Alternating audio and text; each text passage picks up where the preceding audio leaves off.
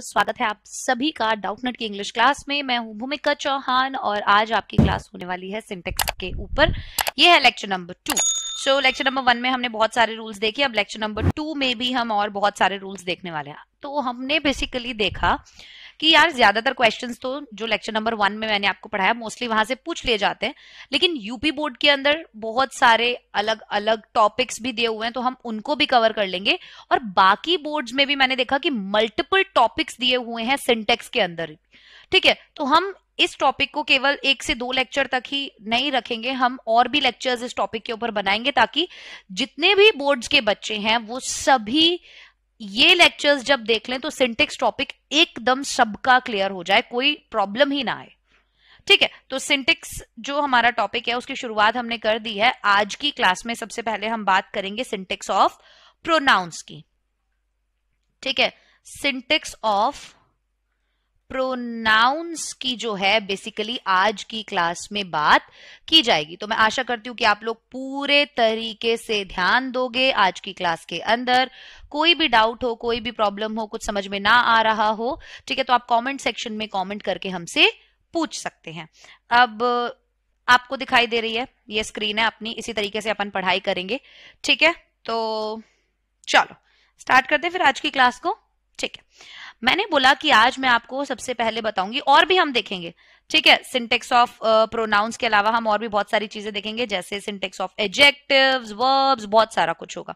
So syntax of pronoun जो है उनके बारे में हम बात करें, जिसके अंदर सबसे पहले बात आ जाती है पर्सनल प्रोनाउन की।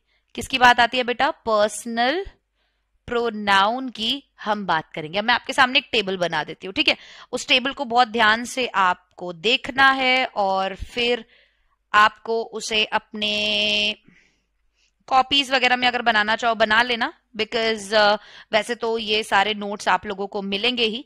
तो आपको पता है पर्सन कितने तरीके के होते हैं? फर्स्ट पर्सन, सेकंड पर्सन और थर्ड पर्सन। ठीक है, फर्स्ट पर्सन में कौन आता है? आई और वी। सेकंड पर्सन में कौन आता है? यू। थर्ड पर्सन में कौन आता है? ही, शी, इट वगैरह सब थर्ड पर्सन के अंदर आते हैं। ठीक है, अब इसमें अपन सबसे पहले अगर बात करें तो दो उसमें बांट देते हैं। सबसे पहला है सिंगुलर नंबर, ठीक है, और दूसरा है हमारा प्लूरल नंबर। क्लियर? अब सिंगुलर नंबर में क्या आएगा? आई डाल दो, माई डाल दो, मी डाल दो। ठीक है, फर्स्ट पर्सन में। सेकंड पर्सन में यू डाल दो, योर डाल दो, यू डाल दो। ठीक है, और थर्ड पर्सन में? थर्ड पर्सन में यहां पर डाल दो ही, शी, ठीक है, यहां पर डाल दो हिज, हर, और यहां पर हम डाल देते हैं हिम और हर। ठीक है, अब ये जो आई था ये तो था सब्जेक्ट फॉर्म में। क्लियर? ये था पोजेसिव फॉर्म में, माय वाला, मेरा, तुम्हारा, पोजेशन जब हम दिखाते हैं। ठीक है, और me, you, him, her objective case वाले की बात हो रही थी। अब अगर हम प्लूरल नंबर की बात करेंगे तो प्लूरल नंबर में क्या होगा बेटा जी? प्लूरल नंबर के अंदर बात होगी वी, आवर और अस। ठीक है, यू, योर, यू। ठीक है, और यहां पर आ जाएगा हमारा दे, दे और देम। ये एक टेबल आप लोगों ने अच्छे से देख ली। अब इस टेबल में आई होप आपको कोई कंफ्यूजन नहीं होगा, क्योंकि सबको पता है यूजुअली इसके बारे में। अगर यहां से ये नहीं दिख रहा है तो आप इस तरीके से देख सकते हैं, मैंने लिखा है दे, देर और देम। ठीक है, यहां का मैं हटा के वापस से भी लिख देती हूं ताकि आप लोगों को क्लियरली दिख जाए। हो सकता है ये मेरे पीछे छुप गया हो, तो ये बन जाएगा, इसको मैं यहां बना देती हूं। ठीक है, दे, दे और देम, ये एक टेबल है। ठीक है, क्लियर हो गई ये बात? चलो, अब यहां तक का तो हम सबको ये टेबल के बारे में पता है, नहीं पता है तो मैंने आपको बता दिया है। अब आता है रूल नंबर 1, और रूल नंबर 1 जो है वो क्या कहता है कि अगर हमारे सेंटेंस में अलग अलग पर्सन एक वचन में आए, किसके अंदर आए? एक वचन में आए, तो सबसे पहले हम लिखेंगे सेकंड पर्सन, फिर हम लिखेंगे थर्ड पर्सन और फिर हम लिखेंगे फर्स्ट पर्सन। तो हमारा जो स्ट्रक्चर होगा वो होगा second person plus third person plus first person, इस ऑर्डर में आप लोग लिखते हैं हमेशा। ठीक है, तो आप इसको लिख सकते हैं 2 3 1, इस तरीके से आप इसको याद रख सकते हैं। तो अगर सेंटेंस में डिफरेंट हम बोलें कि पर्सन, ठीक है, किसके अंदर आए बेटा जी, किसके अंदर आए, एक वचन, ये ध्यान रखना, एक वचन में आए तो सबसे पहले आप सेकंड पर्सन लिखेंगे, तो second person then third person और देन फर्स्ट पर्सन, 2 3 1 वाला रूल जो है वो लगेगा। एग्जाम्पल के तौर पे अगर मैं आपको बताऊं तो हम लिखते हैं पहले you, then he and I, he का एच छोटा, ठीक है, you he and I were playing in the field. ठीक है, तो जो सब्जेक्ट होगा वो किस ऑर्डर में आएगा ये भी तो देखना जरूरी है ना सिंटेक्स के अंदर। तो जो सब्जेक्ट है उसका ऑर्डर क्या चल रहा है, सेकंड, थर्ड और फर्स्ट। यू क्या है, सेकंड पर्सन, ही क्या है, थर्ड पर्सन, और आई क्या है, फर्स्ट पर्सन, और ये सब एक वचन है, सिंगुलर है। ठीक है, तो अलग अलग अगर सिंगुलर जो है हम बोलें कि पर्सन आ रहे हैं किसी भी एक सेंटेंस में, तो उनका ऑर्डर रहेगा 2 3 1। यू ही एंड आई, आप इसे ही यू एंड आई नहीं बोल सकते, आई यू एंड ही नहीं बोल सकते, वो गलत है। ठीक है, ये समझ में आ गया। दूसरा एग्जाम्पल देख सकते हैं, you and I are going to school, you and I are going to school. तो यहां पर हमने पहले कौन सा लिखा, पहले हमने लिखा सेकंड पर्सन और उसके बाद यहां पर आया आई। ठीक है, फर्स्ट पर्सन, तो क्योंकि थर्ड पर्सन इसमें था ही नहीं, तो पहले सेकंड आएगा, फिर थर्ड आएगा, फिर फर्स्ट आएगा। ठीक है, ये वाला ऑर्डर आप लोगों को बहुत अच्छे से ध्यान में रखना है। क्लियर। आ जाते हैं रूल नंबर 2 की तरफ। अभी हम प्रोनाउंस की बात कर रहे हैं ना। सो रूल नंबर 2, अब तो हमने एक वचन वाले की बात की थी। यदि वाक्य यदि प्लूरल नंबर में है, ठीक है, प्लूरल नंबर में है, तो हमारी कंडीशन अलग हो जाती है। ऊपर क्या था, हमारे जो पर्सन आ रहे थे वो सिंगुलर नंबर में आ रहे थे। अब अगर प्लूरल नंबर में आते हैं, अगर प्लूरल नंबर है तो हम क्या करेंगे, हमारा ऑर्डर क्या रहेगा, हमारा ऑर्डर रहेगा 1 2 3, first person, second person, third person. उसमें 2 3 1 था ना, इसमें 1 2 3 रहेगा। ठीक है, कैसे रहेगा, we you and they. We क्या हुआ, फर्स्ट पर्सन, यू क्या हुआ, सेकंड पर्सन, दे क्या हुआ, थर्ड पर्सन। आप इसको ऐसे नहीं बोल सकते यू वी दे या दे यू वी, नहीं। ठीक है, पर ध्यान रखना कि ये जो सभी हैं ये प्लूरल नंबर वाले हैं। ये बात क्लियर हो गई आप लोगों को, कोई दिक्कत, कोई परेशानी? ठीक है, सो वी यू और दे 1 2 और 3 जो है ये वाला रूल आप लोग यहां पर लगाएंगे। ठीक है, we you and they must attend the class, we you and they must attend the class। ठीक है, यहां तक क्लियर हो गया हमें, बहुत बढ़िया। रूल नंबर 2 भी हमें समझ में आ गया। अब बारी आ जाती है रूल नंबर 3 की, और रूल नंबर 3 जो है वो क्या कहता है, रूल नंबर 3 में हम बात करेंगे इट की। ठीक है, सो इट का प्रयोग प्रोनाउन में थर्ड पर्सन के अंदर होता है। ठीक है, और इट का यूज हम थर्ड पर्सन में करते हैं। ठीक है, इट का यूज हम किस में करते हैं बेटा, थर्ड पर्सन में करते हैं। तो इट का यूज, पहली चीज तो मैं आपको बता दूं कि अगर हमें दूरी बतानी है, ठीक है, अगर हमें समय बताना है, ठीक है, it is 2 o'clock, it is 3 o'clock use करते हैं ना, it is morning, it is summer, it is raining, it is 15 miles to Agra, कि भाई 15 मील दूर है अभी आगरा। समझ में आई? तो समय हो गया, दूरी हो गई, मौसम हो गया, इन सभी केसेस में हम इट का यूज करते हैं, या फिर कोई भी हमें प्राकृतिक घटना बतानी है, कोई नेचुरल अगर हमें इंसिडेंट बताना है तो उस केस में भी हम क्या करेंगे, इट का यूज करेंगे. For example, it is 15 miles to Agra.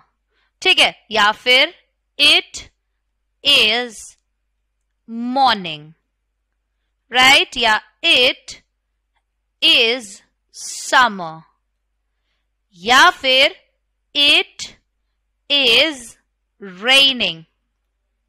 तो देखो, हमने यहां पर डिस्टेंस बताया, यहां पर हमने समय बताया, यहां पर हमने मौसम बताया, यहां पर हमने प्राकृतिक कोई भी घटना बताई कि भाई बारिश हो रही है. आई बात समझ में या नहीं आई? यहां तक कोई दिक्कत? ठीक है, इट का फर्स्ट यूज आप लोगों ने देख लिया. अब इट के सेकंड यूज के बारे में अगर मैं बताऊं तो ये जो है इन्फिनिटिव, ठीक है, जेरेंड, और अगर हम बोलें क्लॉज कि एपोजिशन के यूज भी होता है. ठीक है, क्लॉज जो का केस इन एपोजिशन होता है उसके केस में भी यूज होता है. ज्यादा इससे रिलेटेड क्वेश्चंस, मतलब इस पे इतना ज्यादा टेंशन लेने वाली बात नहीं है कि ये क्या है. फॉर एग्जाम्पल मैं आपको बताती हूं, it is not easy to say. यहां पर टू से वाले केस में ये यूज हो रहा है. इन्फिनिटिव क्या होता है? टू प्लस वर्ब की फर्स्ट फॉर्म ही तो होती है इन्फिनिटिव. इन्फिनिटिव और कुछ थोड़ी होता है, टू प्लस वर्ब की फर्स्ट फॉर्म होती है. तो it is not easy to say. ठीक है, तो टू से इन्फिनिटिव के केस में यहां पर यूज हो रहा है. ये इट का यूज कहां कहां होता है, किस किस तरीके से होता है, ठीक है, वो बताया जा रहा है अभी. और थर्ड केस जो है वो यहां पर क्या है, अगर मैं बोलूं कि एक अलग तरीके से, for example, it is he who called you, कि भाई ये था वो जिसने तुम्हें कॉल किया. या it is I who said so, कि वो मैं था जिसने ऐसा कहा. ठीक है, तो बहुत सी बार हमें समझ नहीं आता है, बहुत सी बार हमें पता नहीं होता है. ठीक है, तो उस मतलब एक सेंटेंस में इट का यूज यहां पर अगर हम देख ले, इट इज ही, ये वो था. ठीक है, तो हमने इट उस सेंस में यूज किया है, तो ये अलग तरीके का एक यूज हो जाता है इट का. चलो नेक्स्ट आ जाता है rule number 4. Subject verb agreement है ना. वर्ब कैसे यूज करनी है उसके साथ हमें ये भी तो देखना पड़ेगा ना कि सब्जेक्ट भी कहां कहां कैसे कैसे यूज हो रहा है. अब मैंने आप लोगों को कल डिस्ट्रीब्यूटिव प्रोनाउंस जो होते हैं, for example each, every, one, either, neither का यूज बताया था. ये बहुत ज्यादा इंपॉर्टेंट है बेटा. ठीक है, और आप लोग क्या करेंगे, उन सभी के यूज को बहुत अच्छे से देखेंगे, क्योंकि एग्जाम में काफी भर भर के क्वेश्चंस पूछे जाते हैं उस वाले जगह से. ठीक है, तो कोशिश करना कि आप लोग उन्हें मिस ना कर दो. ठीक है, क्लियर हो गई ये बात? यहां तक हमें सब कुछ क्लियर हो गया है. अब बढ़ जाते हैं हम आगे. हम अभी तक देख रहे थे कि यार प्रोनाउंस का यूज, रिलेटिव प्रोनाउंस वगैरह का यूज हम किस तरीके से कर सकते हैं, राइट. अब एक रूल जो है वो बहुत इंपॉर्टेंट है, समझना. हु, which, whom, whose, ठीक है, that, ये क्या है सब? ये सब रिलेटिव प्रोनाउन है. क्या है ये सब? ये सब रिलेटिव प्रोनाउन है. इन्हें रिलेटिव प्रोनाउन के तरीके से यूज किया जाता है. अगर हम एग्जाम्पल देखें, it is I who have helped you, कि भाई वो मैं था जिसने तुम्हारी मदद की. ठीक है, it is I who have helped you. आई बात समझ में? She is one of those, ठीक है, who do not accept this view, कि भाई वो उनमें से है जो. हु, जो के केस में यहां पर यूज हो रहा है हु. ठीक है, इट इज आई, वो मैं हूं, हु हैव हेल्प्ड यू, जिसने आपकी मदद की, यहाँ पे जिसने के केस में यूज हो रहा है ये, राइट? ठीक है, चलो अब आ जाते हैं हमारे नेक्स्ट रूल के ऊपर। और नेक्स्ट रूल जो है वो कहता है कि भाई किसी भी प्रोनाउन का जो पर्सन होता है, किसी भी प्रोनाउन का जो पर्सन हम बोले, नंबर हम बोले, या जेंडर हम बोले, ठीक है, किसी भी प्रोनाउन का कोई भी person, first person, second person, third person, number, singular number, plural number, gender, male female, जो भी है, ठीक है, वो उससे पहले आने वाले नाउन के अकॉर्डिंग लगता है। जैसे ही शुड ओबे हिज पेरेंट्स, यहां पर हमने जो हिज लगाया वो किसके अकॉर्डिंग लगाया? किसके अकॉर्डिंग लगाया? ही के अकॉर्डिंग लगाया ना, है ना? अगर हम बोलते हैं यहां पर शी, तो यहां क्या बन जाता? शी शुड ओबे हर पेरेंट्स। तो यहां पर ये जो प्रोनाउन लगेंगे, ठीक है, उनका पर्सन, नंबर या जेंडर, ठीक है, किसी भी प्रोनाउन का पर्सन, नंबर या जेंडर किसके अकॉर्डिंग लगेगा? उससे पहले आने वाले नाउन के अकॉर्डिंग लगेगा। जेंडर है, ठीक है, अपने पहले आने वाले नाउन के अनुसार। ओके बेटा, यहां तक क्लियर हो गया हमें? शी शुड ओबे हर पेरेंट्स। फॉर एग्जाम्पल एक और देख लेते हैं, दे शुड ओबे देयर। तो दे का क्या बना? देयर। मैंने आपको स्टार्टिंग में वो टेबल इसीलिए बनवाई थी, ठीक है, ताकि कोई दिक्कत, कोई परेशानी आप लोगों को ना हो। ठीक है, क्लियर हो गया ये वाला रूल? ठीक है, अब एक चीज को बहुत ध्यान से सुनना। आपने सुना होगा ईच अदर के बारे में, ठीक है? ईच अदर का जो यूज होगा बेटा वो होगा दो के लिए। ईच अदर का जो यूज होगा वो किसके लिए होगा बेटा? दो के लिए। कैसे? राम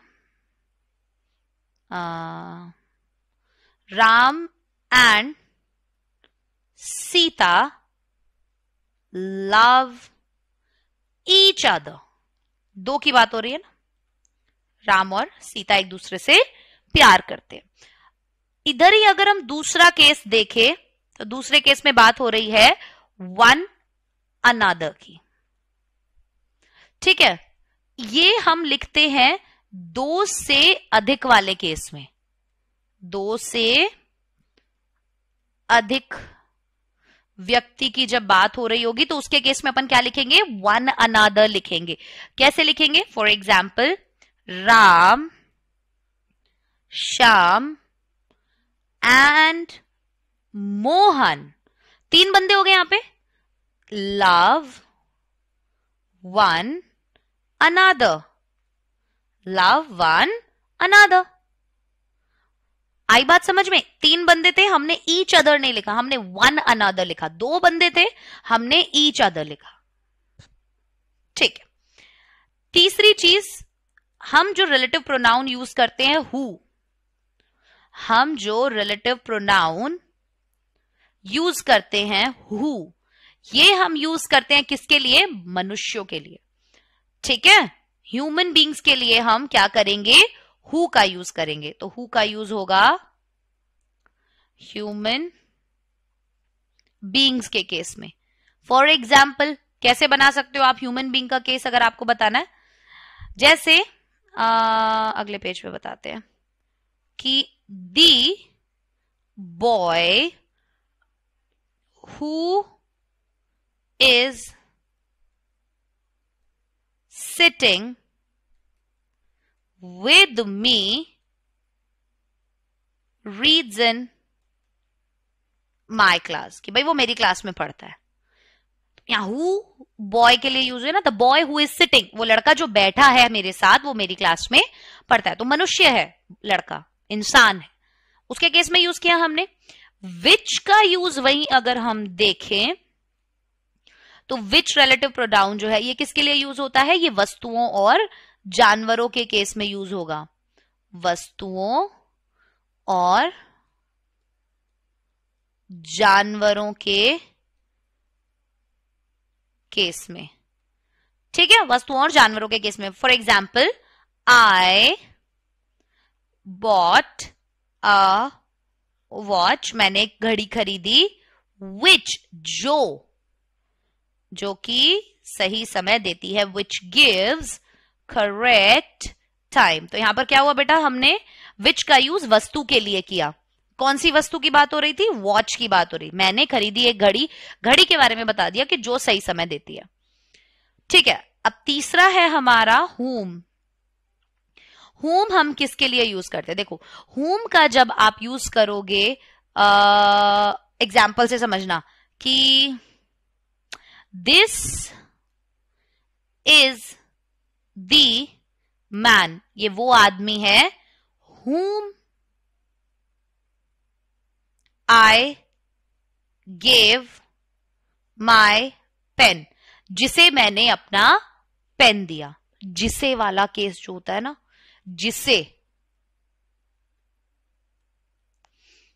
उस केस में यूज हो रहा है ये। ठीक है, उसके बाद बारी आती है whose की। whose का यूज कैसे करते हैं, for example, this is the man whose father is a doctor, ये वो आदमी है जिसके पिताजी डॉक्टर है। यहां पर जो ये whose जो है ना, जिसके के केस में हुआ है। ठीक है, क्लियर हो गई ये बात। चलिए, सो यहां तक का सिस्टम मुझे लगता है आप लोगों को समझ में आ गया होगा। ठीक है, आगे बढ़ जाते हैं और अब हम बात करेंगे सिंटेक्स ऑफ प्रोनाउंस, जो है वो हम कंप्लीट कर चुके हैं। और अब नेक्स्ट पेज से हम स्टार्ट करते हैं सिंटैक्स ऑफ एडजेक्टिव। ठीक है, एडजेक्टिव क्या होता है, नाउन और प्रोनाउन के बारे में जो भी बताता है, एक्स्ट्रा इंफॉर्मेशन देता है। ठीक है, सो एडजेक्टिव का जो स्थान होता है, जो जगह होती है, वो किस बात पर निर्भर करती है। ठीक है, वो डिपेंड करता है कि यार उसका यूज किस तरीके से हो रहा है। देखो, एक एडजेक्टिव का यूज आप दो केस में कर पाओगे। एक आप कर पाओगे एट्रीब्यूटिव केस में, और दूसरा आप कर पाओगे प्रेडिकेटिव केस में। एट्रीब्यूटिव और प्रेडिकेटिव आप दो तरीके से इसको यूज कर पाते हो। अभी हम सेंटेंसेस देखेंगे, उसके जरिए हमें ज्यादा क्लियर होगा। ठीक है, जब एडजेक्टिव नाउन के पहले यूज हो, फॉर एग्जाम्पल, इसको अभी ये याद रखना कि दो तरीके से अपन इसे यूज करते हैं। ठीक है, अब मैं एक नई चीज बता रही हूं। सबसे पहली चीज का ध्यान रखना कि जब आपका जो एडजेक्टिव है वो नाउन से पहले आ रहा है, तो उसको हम क्या बोलते हैं, एट्रीब्यूटिव केस बोलते हैं। ठीक है, यहां पर था first attributive, second predicative. For example, a good boy always respects his parents, कि भाई एक अच्छा लड़का जो है वो हमेशा अपने माता पिता की इज्जत करता है। तो अ गुड बॉय, ठीक है, या फिर a good man came here. यहां पर आपने देखा कि गुड जो है वो एडजेक्टिव है और वो मैन से पहले, बॉय से पहले, जो कि नाउन है, उनसे पहले यूज हो रखा है। ये केस होता है एट्रीब्यूटिव केस, जब आपका एडजेक्टिव नाउन से पहले यूज हो। अब जब आपका एडजेक्टिव वर्ब के बाद यूज हो, ध्यान देना, सेकंड केस में आपका क्या है कि जब एडीजे लिख रही हूं एडजेक्टिव को, ठीक है, जब एडजेक्टिव वर्ब के बाद यूज हो, ठीक है, तो इस केस के अंदर क्या होगा, ये प्रेडिकेटिव केस कहलाएगा। तो दो तरीके से यूज होते हैं, एग्जाम्पल से समझते हैं। This book is good. अब गुड कब यूज हुआ, इज के बाद यूज हुआ। या फिर हम बोले she is beautiful, she is beautiful, तो यहां पर क्या हुआ, इज के बाद ब्यूटिफुल यूज हुआ, हुआ या नहीं हुआ, ये हो गया प्रेडिकेटिव केस। ठीक है, यहां तक समझ में आया। चलो, तो मेन चीज इतनी सी ध्यान रखनी है कि एट्रीब्यूटिव यूज में एडजेक्टिव नाउन के पहले आता है, जबकि प्रेडिकेटिव यूज में एडजेक्टिव के बाद नाउन नहीं आता, वो वर्ब के बाद नाउन आ रहा है। ये बात का ध्यान रखना। दोनों केसेस जैसे हमने देखा कि ओल्ड मैन केम हियर, एक हमने ये एग्जाम्पल देखा, और दूसरा एग्जाम्पल हमने देखा कि शी इज ब्यूटिफुल। राइट, ये दो एग्जाम्पल हमने देखे। फर्स्ट केस एट्रीब्यूटिव केस है, क्योंकि यहां पर ओल्ड जो है वो नाउन मैन से पहले आया है। ओल्ड क्या है यहां पर, एडजेक्टिव। तो एट्रीब्यूटिव केस में तो जो हमारा एडजेक्टिव होगा वो नाउन से पहले आएगा, लेकिन प्रेडिकेटिव केस में ये याद रखना कि इसके बाद, उस एडजेक्टिव के बाद कोई नाउन नहीं आएगा, वर्ब के बाद यूज होगा। ठीक है, शी इज ब्यूटिफुल, इसे प्रेडिकेटिव केस कहेंगे। ठीक है, यहां तक हमें क्लियर हो गई चीजें। एडजेक्टिव में एट्रीब्यूटिव केस और प्रेडिकेटिव यूज, प्रेडिकेटिव केस जो है वो क्या होता है। बहुत बढ़िया। अब अगर हम बात करें एडजेक्टिव फ्रेज की, तो एडजेक्टिव फ्रेज कब आएगा, नाउन के बाद आता है। कैसे, फ्रेज क्या होता है, सबसे पहले ये पता होना चाहिए फ्रेज क्या होता है। कुछ नहीं होता, ग्रुप ऑफ वर्ड्स होते हैं। ठीक है, समूह होता है शब्दों का जो अपने आप में अपना पूरा मीनिंग नहीं देता है, ये अपने मीनिंग को कंप्लीट करने के लिए दूसरे के ऊपर निर्भर होता है। और ये बेसिकली क्या करता है कि सेंटेंस में बचा हुआ जो सेंटेंस होता है उसके बारे में एक्स्ट्रा इंफॉर्मेशन देता है। ठीक है, समझ में आया। जैसे दी boy in the corner is singing. अब यहां पर इन दी कॉर्नर, इस फ्रेज ने क्या किया, समूह है शब्दों का, अपने आप में कंप्लीट मीनिंग नहीं दे रहा। ये जो समूह है शब्दों का, ये किसके बारे में बता रहा है, लड़के के बारे में। कौन सा लड़का, जो कॉर्नर में है वो गा रहा है, इज सिंगिंग। तो यहां पर इन दी कॉर्नर क्या हो गया, एडजेक्टिव फ्रेज हो गया। अब समझना, एडजेक्टिव फ्रेज नाउन के बाद ही यूज हो रहा है। जैसे the basket with a handle is costly। अब बास्केट जो हैंडल के साथ है वो क्या है, काफी महंगी है।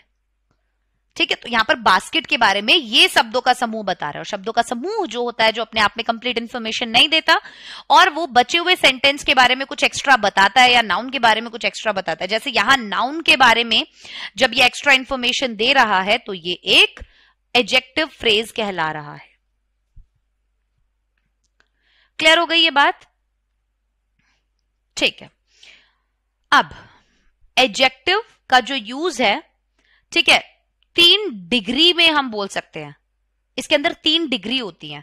3 डिग्रीज के बारे में आपने सुना होगा। फर्स्ट है हमारी पॉजिटिव डिग्री, ठीक है, सेकंड है हमारी क्या है? पॉजिटिव, कंपैरेटिव और सुपरलेटिव। 3 डिग्रीज के बारे में ही पढ़ा है आपने, हमने भी उन्हीं के बारे में पढ़ा है। सेकंड है हमारी कंपैरेटिव और थर्ड डिग्री है हमारी सुपरलेटिव, राइट। तो एडजेक्टिव का यूज हम 3 डिग्री के अंदर भी, मैं बताती हूं आपको कैसे करते हैं। बच्चे बहुत ज्यादा कंफ्यूज हो जाते हैं। ठीक है, पॉजिटिव डिग्री किसी भी व्यक्ति या वस्तु या गुण या अवगुण जब हम बताएं, किसी भी व्यक्ति वस्तु का गुण या अवगुण जब हम बताएं। For example, Ram is a good man. यहां पर हमने उसके बारे में एक बात बता दी, पॉजिटिव डिग्री थी। जैसे Sita is a beautiful girl, normal एक बात बताई हमने उसके बारे में कि भाई वो एक खूबसूरत लड़की है। लेकिन अगर हमें क्या करना हो, अगर हम लोगों को तुलना करनी हो किन्हीं भी दो व्यक्तियों की, वस्तुओं की, उनके गुण की, उनके दोष की, तो यहां पर तुलना वाला जब केस आ जाए तो हम कंपैरेटिव डिग्री यूज करते हैं। जैसे Ram is better than Shyam, Ram जो है वो श्याम से अच्छा है। ठीक है, तो यहां पर बेटर जो है वो कंपैरेटिव डिग्री है या नहीं है? बेटर यहां पे कंपैरेटिव डिग्री है। For example, Sita is beautiful की कंपैरेटिव डिग्री क्या होती है? More beautiful. So Sita is मोर। आप लोगों ने सुनी तो होंगी ना अलग अलग डिग्रीज के बारे में, गुड, बेटर, बेस्ट, सुनिए ना, ओल्ड, ओल्डर, ओल्डेस्ट, सुनिए या नहीं सुनिए? वही है बस ये। Sita is more beautiful than Kamala, Sita जो है ज्यादा सुंदर है कमला से। तो यहां पर कंपैरिजन हो गया। कंपैरेटिव डिग्री में कम से कम 2 लोग तो होने चाहिए, क्योंकि तुलना करने के लिए आपको कोई तो चाहिएगा ना। और हम इसमें ज्यादातर दैन का यूज करते हैं। देखो इसमें भी यूज किया कि उससे बेहतर है, तो दैन का यूज होगा कंपेयर करने के लिए, और कंपैरेटिव डिग्री तो यूज होगी। तो ये आपको याद करनी पड़ती है। ठीक है, ये आपको याद करनी पड़ती है डिग्रीज सारे एडजेक्टिव्स की। तीसरा आ जाता है हमारा, एक चीज और है यार, सुपरलेटिव तो चलो हम बात करेंगे कि कभी भी किसी भी व्यक्ति या वस्तु के गुण की जब हम तुलना उस हद तक कर दें, ठीक है, कि यार भाई उससे बेस्ट कोई भी नहीं है, कि भाई वो जो है, मतलब मान लो कोई एक इंसान है तो वो सबसे बेस्ट है, मतलब वो इंसानों की श्रेणी में सबसे बेहतर है, सुपरलेटिव डिग्री वो हो जाती है। For example, Mumbai is the biggest city in India, कि भाई मुंबई जो है वो इंडिया की सबसे बड़ी सिटी है। हमने मुंबई की तुलना इंडिया की सारी सिटीज के साथ कर दी ना, कि भाई इससे बड़ी सिटी और कोई भी नहीं है। So big, bigger, biggest. Big आप पॉजिटिव में यूज करते, बिगर आप कंपैरेटिव में यूज करते। ठीक है, जब आप तुलना करते, और तुलना वाले में 2 व्यक्ति या 2 वस्तु या कोई 2 चीजों का होना बहुत ज्यादा जरूरी है। और सुपरलेटिव में आप जब किसी भी चीज के बारे में बता रहे हो तो वो आप बता रहे हो कि यार उससे बेस्ट कुछ भी नहीं है या उससे ऊपर कुछ भी नहीं है, उस श्रेणी में सबसे सर्वोत्तम वही है। ठीक है, जैसे he is the smartest boy of the class, right. The mango is the sweetest of all, so sweet, sweeter, sweetest. Wise, wiser, wisest. Big, bigger, biggest. ये डिग्रीज है। ठीक है, तो हम इन्हें इस तरीके से यूज करते हैं। अब मैंने आपको बताया कि यार कंपैरिजन वाले टाइम में हम दैन का यूज करते हैं ज्यादातर, लेकिन अगर आप बात करें सीनियर की, ठीक है, जूनियर की, सुपीरियर की, या मैं बोलूं इंफीरियर की, ठीक है, या मैं बोलू प्रेफर, जब ये आ जाए ना, ऐसे शब्द आ जाए, तो इनके बाद आप हमेशा टू लगाते हो। Senior to, junior to, superior to, inferior to, prefer to. I prefer tea to coffee.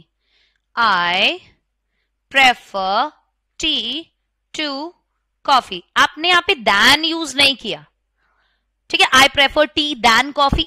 No. Prefer वाले केस में, inferior वाले केस में, inferior, superior, ये बहुत गलतियां मारते हैं बच्चे एग्जाम्स के अंदर, ठीक है। जैसे he is senior than me, नहीं, he is senior to me, ठीक है। she is junior to me, right? Superior, inferior, सभी केसेस में ऐसा होगा।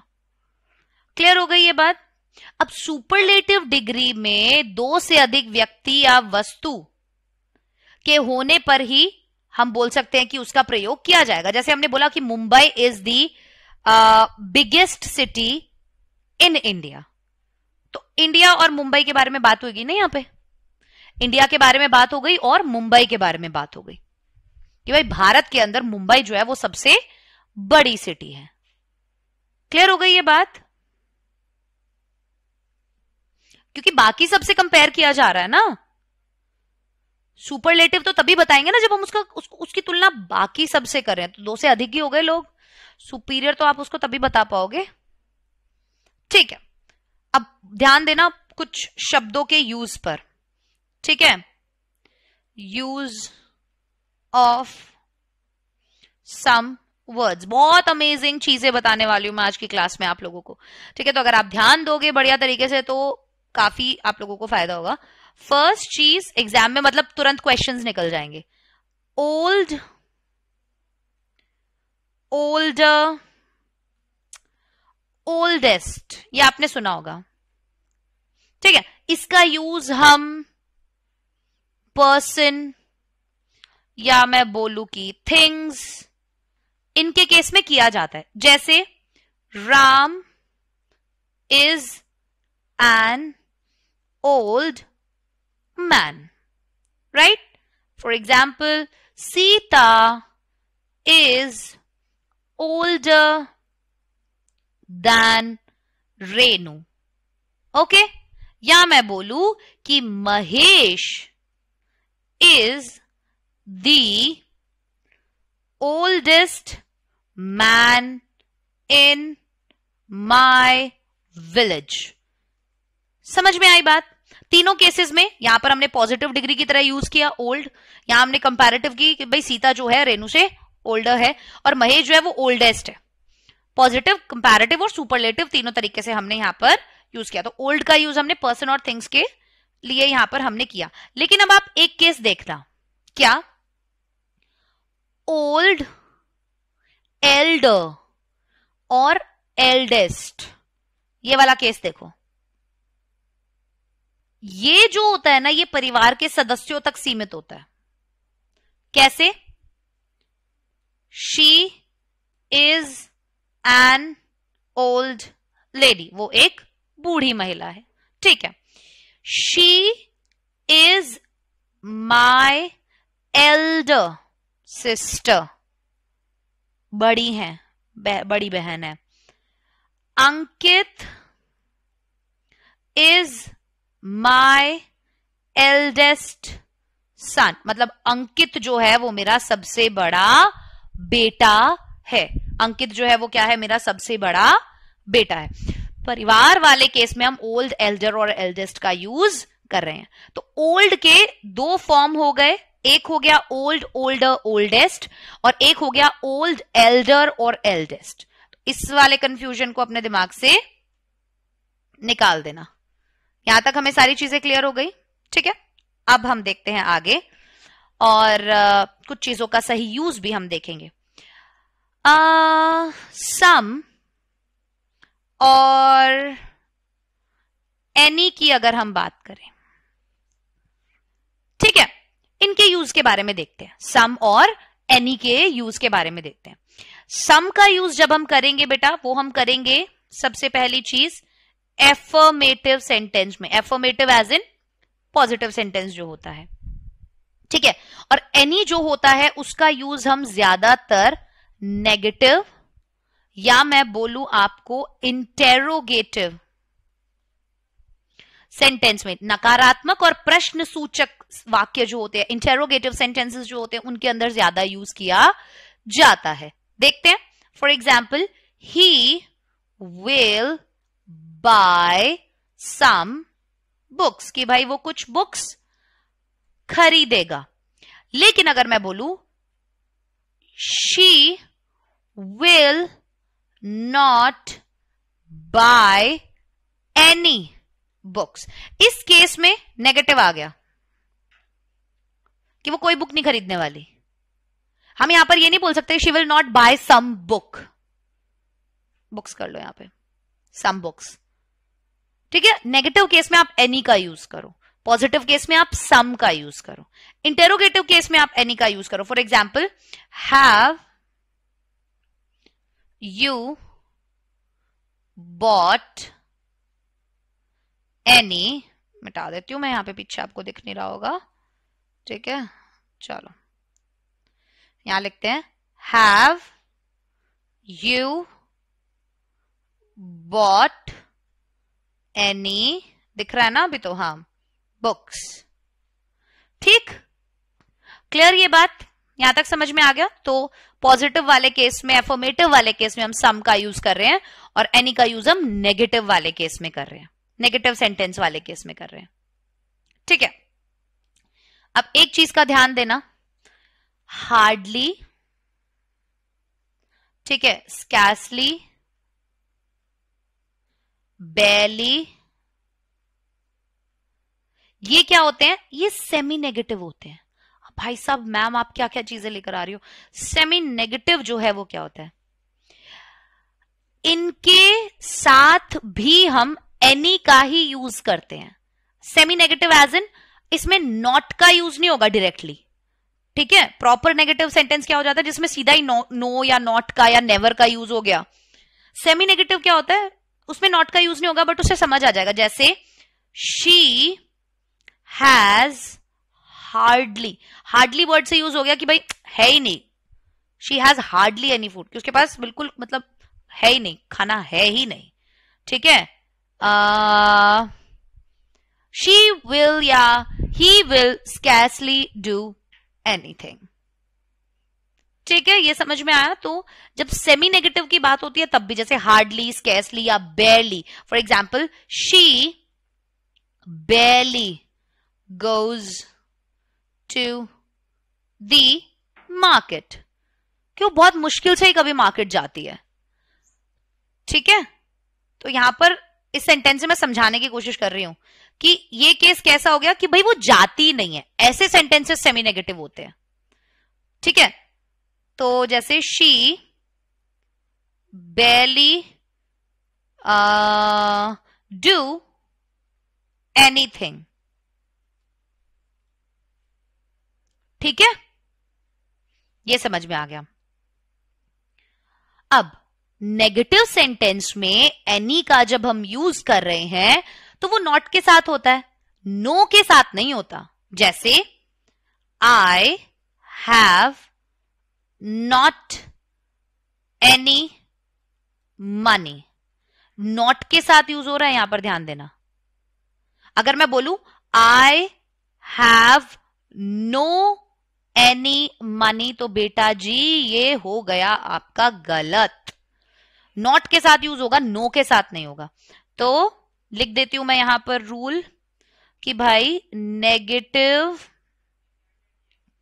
सेंटेंस में एनी का यूज आप नॉट के साथ करेंगे, ठीक है, नो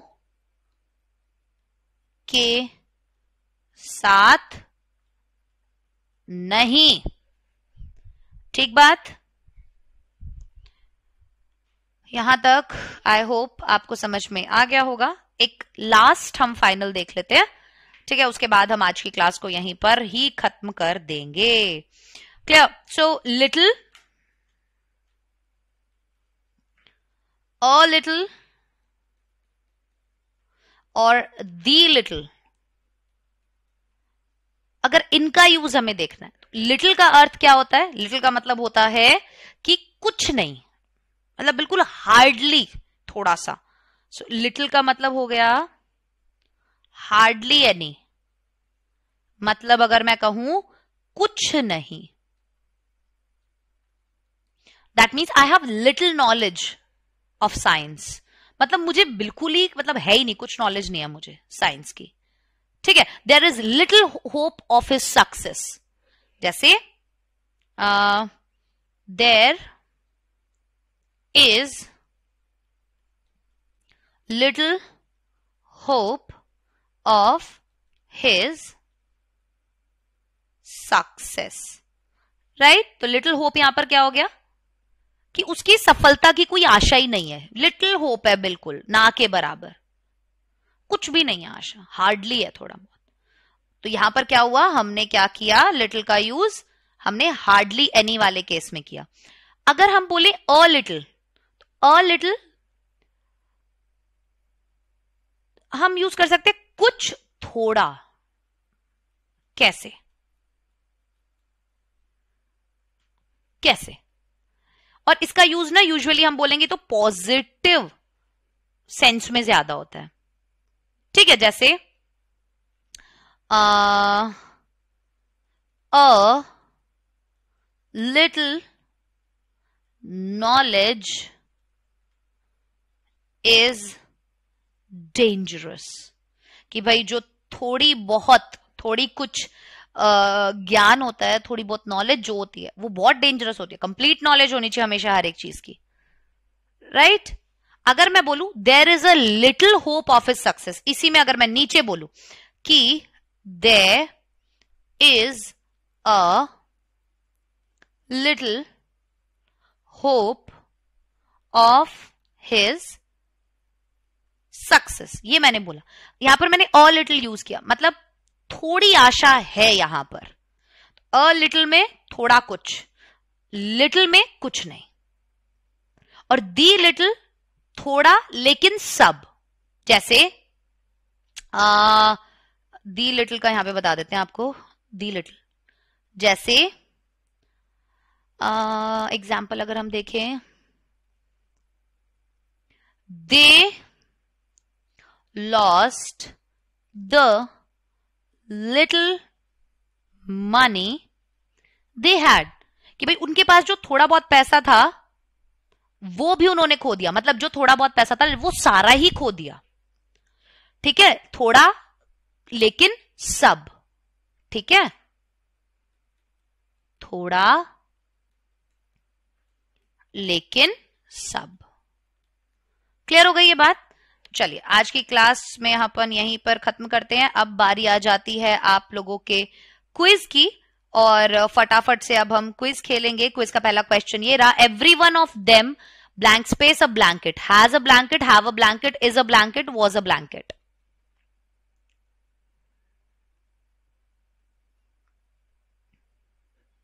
ग्रेट, ध्यान रखना एवरी वन ऑफ देम है, ठीक है, एवरी वन ऑफ लगा हुआ है, क्या लगना चाहिए, each of them blank space gone.